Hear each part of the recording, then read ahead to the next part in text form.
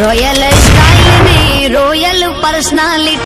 So hello મિત્રો, કેમ છો બધા? મજામાં જશો? તો આજે આપણે બનાવવાના છીએ એક આંખે સાવન બીજી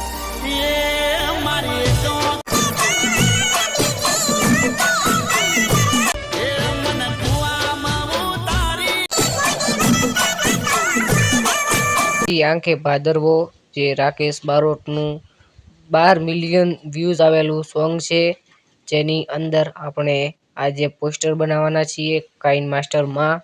તો વિડીયો કરીએ શરૂ તે પહેલાં આ બધું જ મટીરિયલ તમને ફ્રીની અંદર મળી જશે ટેલિગ્રામમાં। ચેનલ પર નવા હોય તો ચેનલને સબસ્ક્રાઈબ કરવાનું ભૂલતા નહીં, અને વિડીયો સારો લાગે તો વિડીયોને લાઈક કરી લેજો। આપણે વિડીયો શરૂ કરીએ એ પહેલાં જો તમે આ પોસ્ટર ખરીદવા માંગતા હોય તો ફક્ત તમને 30 રૂપિયાની અંદર આ પોસ્ટર મળી શકે છે। ઇન્સ્ટાગ્રામની અંદર કોન્ટેક કરજો, લિંક ડિસ્ક્રિપ્શનમાં આપેલી છે ટેલિગ્રામ અને ઇન્સ્ટાગ્રામ બંનેની, તો ત્યાં મને કોન્ટેક તમે કરી શકો છો। તો ચલો કાઇન માસ્ટરની અંદર આપણે આવી ગયા છે કાઇન માસ્ટરની અંદર, અને અહીંયાથી આપણે એક બેકગ્રાઉન્ડ લેવાનું છે જે કંઈક આવી રીતે હશે, અને હવે આપણે જે ફોટા પીએનજી બનાવ્યા હોય તે અહીંયાથી લઈ લેવાના છે। જો ટેલિગ્રામની હજુ સુધી ફોટા ના આવ્યા હોય તો મને અહીંયા કોમેન્ટ કરજો કે સેન્ડ મી ટેલિગ્રામ ફોટો, તો હું ટેલિગ્રામની અંદર મૂકી દઈશ। અને આપણે આવી રીતે કંઈક ફોટા લઈ લેવાના છે, સારી રીતે સેટ કરી લેવાના છે।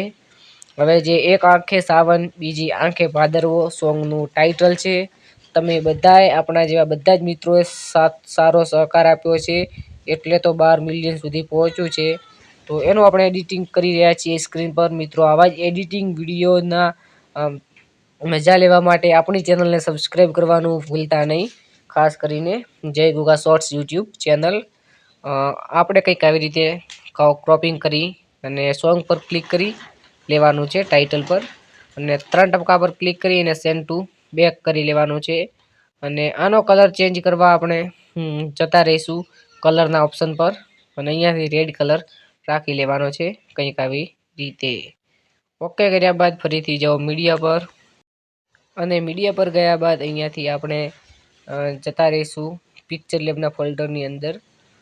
આપણે પિક્ચર લેબના ફોલ્ડરની અંદર બધું જ મટીરિયલ રાખીએ છીએ। જો તમારે કોઈ પણ જાતનું મટીરિયલ જોતું હોય તો કોમેન્ટની અંદર જણાવજો, હું તમને આપી દઈશ બિલકુલ ફ્રીની અંદર। તો આપણે એક બ્લેક કલરનો શેડો લઈ લેશું, કંઈક આવો હશે, અને તેને આવી રીતે રાખી લેશું, સેન્ડ ટુ બેક નહીં કરીશું, કારણ કે જેવો સારો લાગે તેવી રીતે અહીંયા ગોઠવી લેશું। આપણે સરખી રીતે ગોઠવી લેવાનો છે, જેવી રીતે એડજસ્ટ થાય તેવી રીતે।